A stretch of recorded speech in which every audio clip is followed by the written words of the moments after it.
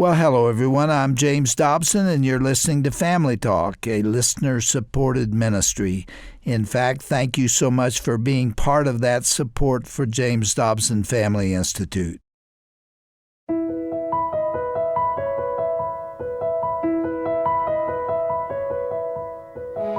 Well, welcome to Family Talk, the broadcast division of the Dr. James Dobson Family Institute. I'm Roger Marsh. You know, most people who set a New Year's resolution are setting one to either improve their fitness, lose some weight, or improve their diet. And that's millions of people who do this every year. Now, if you have a goal to improve your health here in 2024, I hope you'll be encouraged by today's program to stick with it and keep working toward a better well-being. Today's guest, Dr. Paul Reisser, is here to provide some encouragement and sound wisdom. Dr. Reisser is an author and a retired family medical doctor in Southern California. He received his medical degree at the UCLA School of Medicine back in 1975. And Paul Reisser is married to his lovely wife, Terry, and together they have 2 grown children. Let's join Dr. Paul Reisser right now with our own Dr. James Dobson on this classic edition of Family Talk. Well, you have been on the broadcast before, and I know that it is frustrating to you personally and as a physician that a lot of the stuff that's out there in the larger bookstores is really not research-based. It is really somebody's opinion, and much of it is wrong. Exactly. And I hate to say this, and I don't want to make anybody mad, but a lot of what people hear, even on their Christian radio stations, especially on weekends, is bad information. And we've talked about that before, and I don't want to make any enemies here, but we really... Well, you already did. Oh, okay. I guess nobody I've likes never been so beat up, but I agreed with you. I'm so sorry. I want everybody to love me. No, but I listen to those things, and there are statements that are made, and everybody wants that quick answer. Yeah. They want a pill for this, whether it's from their doctor or from the health food store or from the infomercial, $29.95 a month, and it'll zing up your energy, and it'll take care of your arthritis. I hear these ads all the time, and this is a one-day-at-a-time process, and that was a lot of what we were getting at. Let's start by looking at the top killers in the Western world and probably around the world for the most part, and let's consider them one at a time. Okay. Number one is going to be heart disease, right? Coronary artery disease and what's called vascular disease, cardiovascular disease, where arteries become plugged up and fail to function. And as the scriptures say, the life is in the blood. If the blood doesn't get to your heart or to your brain, it's not going to work. And the whole realm of coronary disease has been the number one cause of mortality in Western countries, the United States, of course, especially for the last several decades. Once we got past the infectious disease plagues that were the causes of death 100 years ago, this became the issue. And of course, it ties in a lot to lifestyle, what people eat, how much they weigh, whether they exercise or not.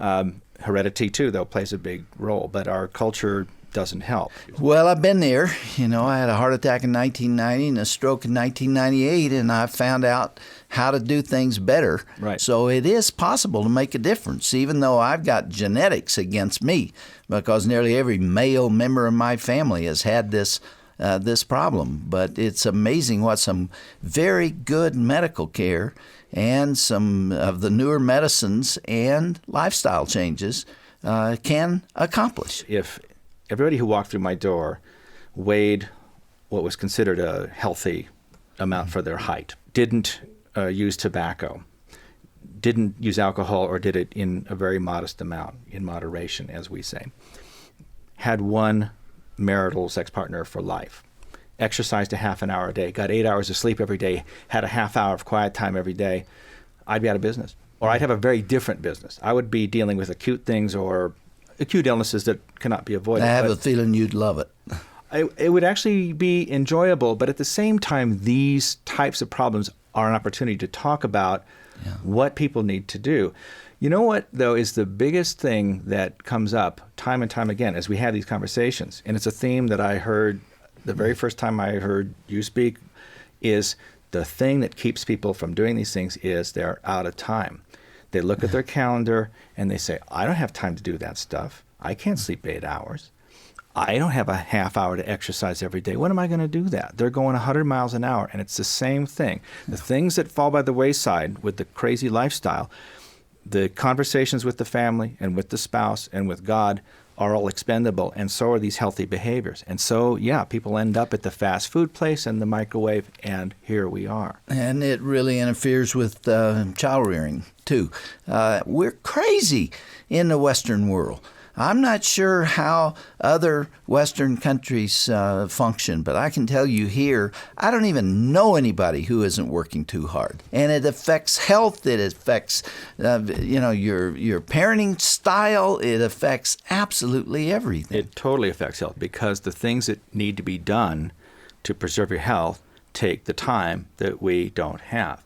Yeah. How about preparing a home-cooked meal of healthful materials? That takes time. Nobody wants to do that. All of the barriers to weight loss, most of them have to do with the fact that we're in a hurry. So even the incidence of the biggest killer of all, cardiovascular disease, could be lessened if we would follow a few simple rules. Right. All right, what's the number 2 killer? Cancer is always number 2 and kind of vies with heart disease for the number 1 spot. People may hear it overtaking it at some point in the future because we've actually gotten better at controlling some of those risk factors for coronary disease. So now cancer continues to be the problem. And of course we have the major ones, the lung and the breast and colon and prostate always occupy the first 4 spots. Always a great concern because of the tendency for cancer to sneak up on us. People are always wondering, how in the world can I guard against this? And a lot of debate about what are the best tests even to screen for cancer. This is not a cut and dried kind of a topic. It's a very complicated subject. In the book, we tried to summarize the best current guidelines, although they do constantly change. For breast, for example, now the recommendation is that a woman 40 and beyond get a mammogram every year. If she has a high risk because of a family history of her mother or sisters having breast cancer, she will need to go earlier. Or if she finds something that is unusual, she finds a lump on her own, that should be checked out. There are some colon screening guidelines that are reasonable and simple. Having your doctor give you the dreaded card to take home to check your bowel movements for occult blood once you turn 35 or 40 is a very wise idea. Getting a colonoscopy, if you can get one, starting at age 50. Prostate screening, how about that PSA blood test? That's a test that many of us recommend, and yet if you look at the data, it's really hard to prove that has actually saved lives. It's diagnosed a lot of cancer early, but then the question is, well, is that really cancer that's going to kill someone or not? We have a lot of complicated issues with that, and for the subject of cancer screening, it's very important to have a good, solid, long-term relationship with a primary care doctor who can walk you through some of these things. All right, let's talk about one example. We'll say colon cancer. It can be devastating and horrible, and frequently in the beginning does not have symptoms that send you to the doctor. That's right. All right. Let's suppose the man that you're talking to is 40. How often do you think he ought to have a PSA? How often do you recommend that he have a colonoscopy or a sigmoidoscopy, which is a little less complete? What do you tell him? At 40, there is no recommendation from anyone to get a PSA, believe it or not, unless you have a family history. Now, in reality, most of the guys I see who are 40 and over want to know what that number is. And we'll often get it because I find it's helpful to track it and to trend it. So I do it. So you get a baseline on it. I get a baseline and we'll follow it, and that can be very, very helpful in the future. For colon, I am very generous with the old stool card. I will give almost everybody who comes in for a regular visit at 40 or beyond one of those cards to take home. It's low tech, it's inexpensive.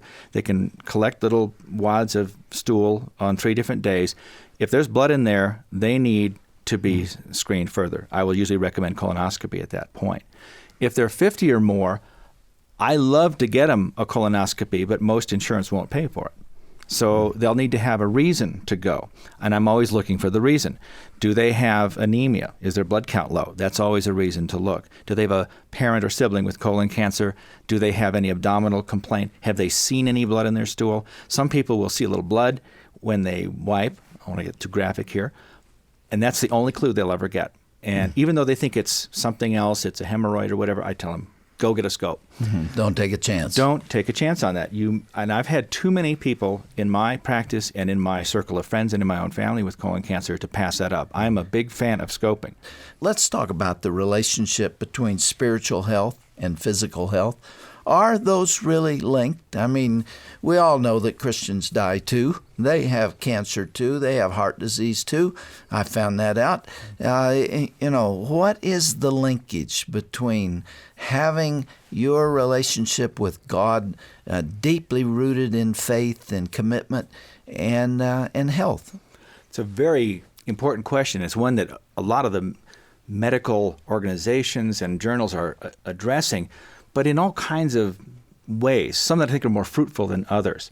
There's quite a body of literature that our good friend, the late David Larson, and his colleagues put together in a tremendous volume, a handbook containing hundreds of studies showing the linkage between a robust, meaningful faith and various health outcomes. The caution you always have to put on that is that you can get into a expectation level that, well, if I do this, then God will do that, or if I just live a good life, I'll never get sick, which is simply not the case. And yet, if you think about it, when somebody has a commitment to God and is living in a certain way and behaving in a certain way, there are a number of things that are likely to come together. They're probably not going to be involved in riotous living, we would hope.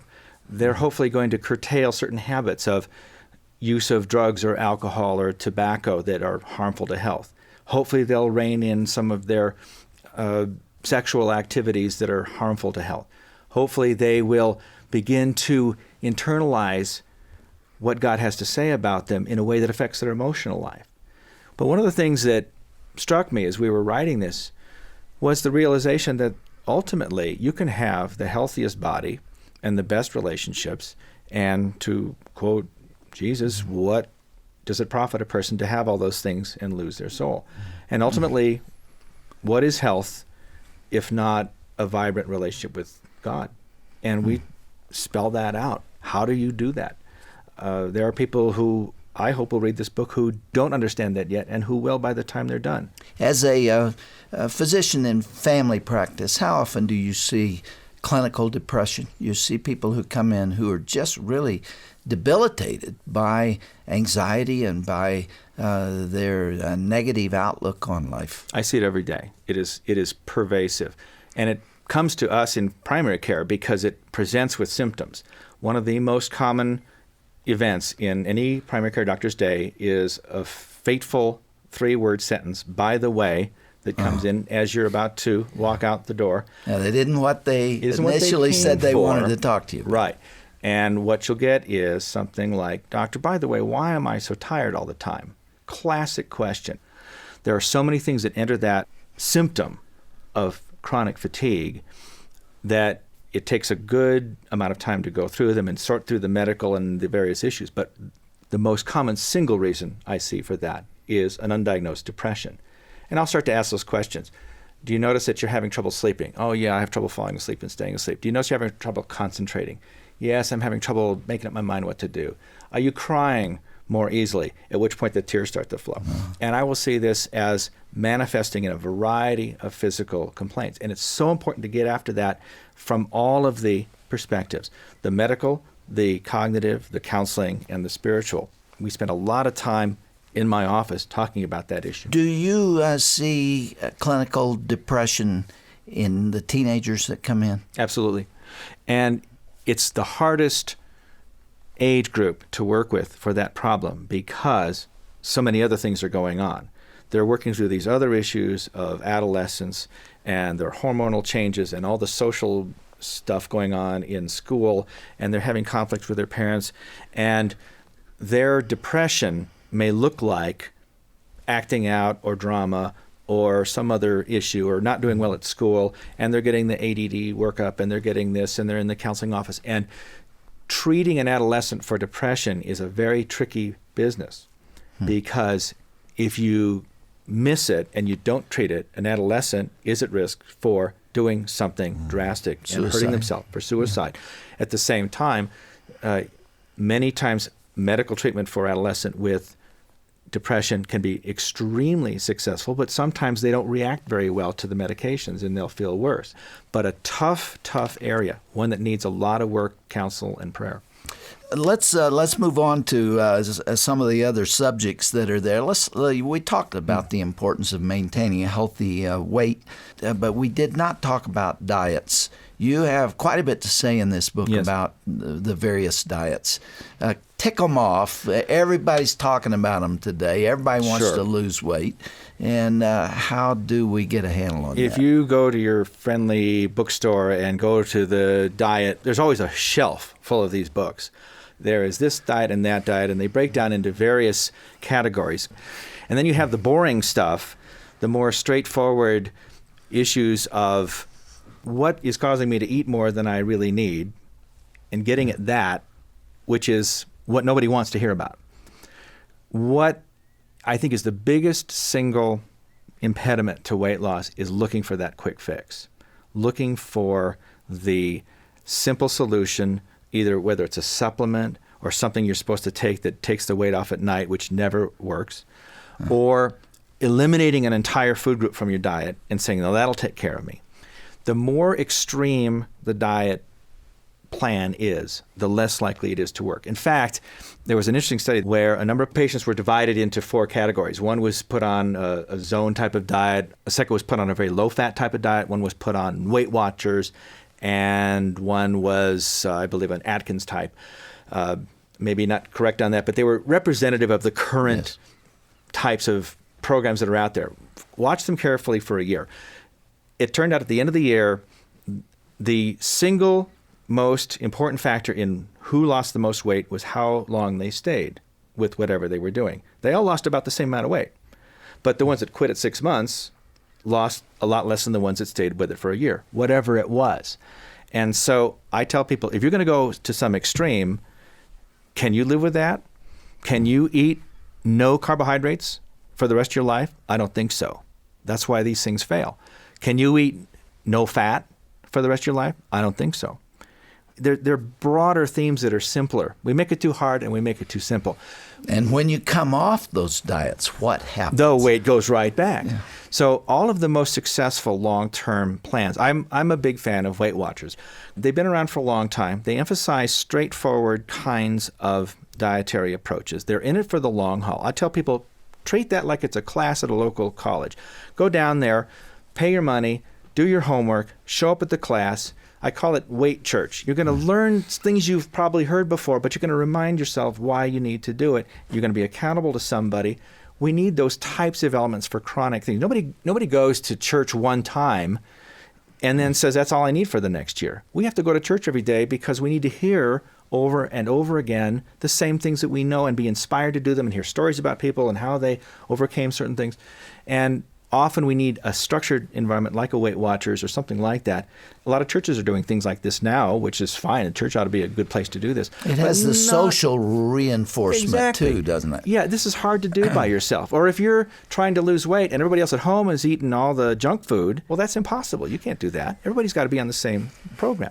The fact is that the solutions that we want are quick and easy, just like we want instant spirituality. Yeah. We want to just suddenly be made over, and we don't want to do spiritual disciplines that God will use to build us.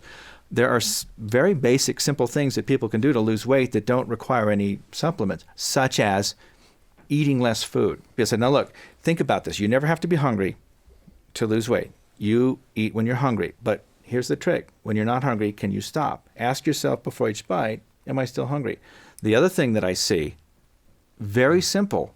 It's so simple, it's almost silly that we don't think about it, is the speed of eating. Most very heavy people, when you ask them, are you a speed eater, will say yes. They eat as fast as they can. Something got them started doing that years and years ago. And I've watched them do it. And I'll say, how about, what would happen if you ate at the rate of the slowest eater at your table? You know, does your wife eat as fast as you? No. Okay, well, you can only take a bite when she does. See what happens. Because the message that you're not hungry anymore arrives at the same time, whether you're eating fast or slow. And what I've learned also from watching people who've had gastric bypass surgery, which does work, is that they eat slow and they don't eat very much, and they lose weight, and they eat all the food groups. They don't eat just some. We need to make smart choices in the kinds of food we eat. We need to eat lots of fruits and vegetables from all colors of the rainbow. We don't eat enough of those. The cuts of meat we eat are all too big. They shouldn't be any bigger than the palm of our hand. When we have grains, they should be whole grains. The whole grains are better for us than the refined grains. We don't really need the super sweet, sugary, soft drink foods. They're a waste of calories. Those are very simple things, though. Yeah, but you're taking the fun out of I life. know. It's the fun regulators. But not really. There's a lot of great stuff. I think the fun regulating happens when somebody says to you, you can never eat any bread again in your life. Okay. No carbs for you. And that's the answer. Well, That's claustrophobic. it really is. And most people will not stay with that type of thing for very long. Why not eat better quality, eat less, eat slow, enjoy the ride? Yeah. We're almost out of time, Paul. Let's come back to the spiritual issue again. Sure. I look for ways in many of our programs to just go right to the heart of it. Why are we here? What are we trying to do? And the essence of it is bringing people to Jesus Christ. Right. You know, we want them to live healthy lives. We want them to have good marriages. We want them to be good parents. But all of that comes down to one basic thing, which is we're here to please God, to serve Him, to worship Him, and to tell as many people about Him as we can. And so in a discussion of this nature, I'm keenly aware that there are people listening to us who don't know Him. Right. There are people out there that do not know Jesus Christ. He has never made sense to them. Where do they go from here? How do they find this Lord? You know, we have the privilege of having good, intelligent, modern, accurate translations of the Scriptures available that allow him to tell his story. You go into the Gospels and just read what he said, and without all the baggage, and understand that he knew why he was here. He came, as he said, to seek and save those that were lost. The book of John is a real good It's a great place to start. It is easily understood, and we can see the whole plan of salvation there. We can come to him and just say, Lord, you have died on my behalf, and I thank you, and I want you in charge. Yeah. Take over. We talk about the meaning of the word repent. Give up. Yield. Put him in the driver's seat. Turn around. Let him be in charge. And there are people all around you who know him, who can guide you. We're social creatures, and we need one another. We really do need each other. And ask somebody that you have confidence in that seems to have the fruit of the Spirit, seems to display that righteousness that comes from within. Ask them to pray for you. Ask them where they go to church. Ask them who their pastor is. You can find him if you look for him, because the interesting thing, the wonderful thing, the miraculous thing is he's looking for you too.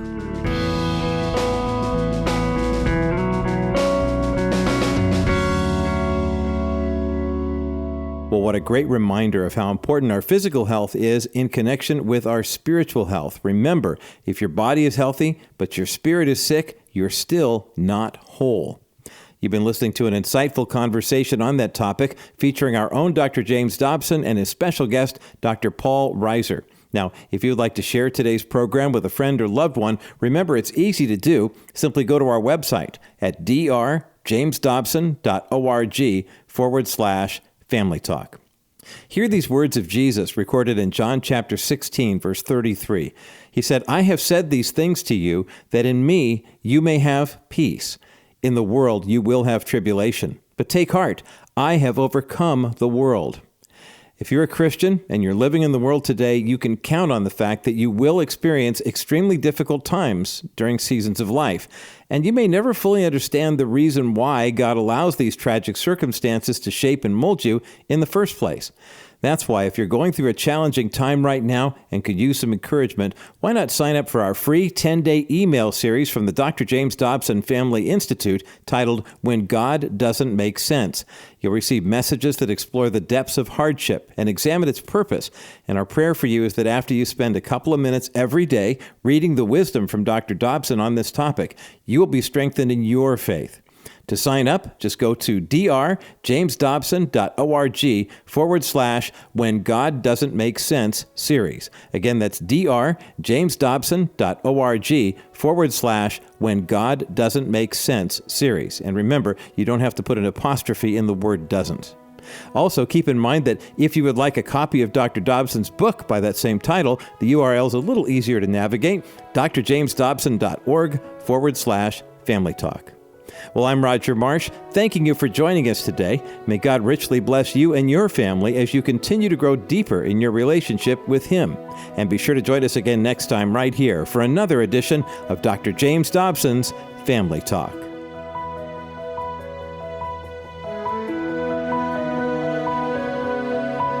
This has been a presentation of the Dr. James Dobson Family Institute.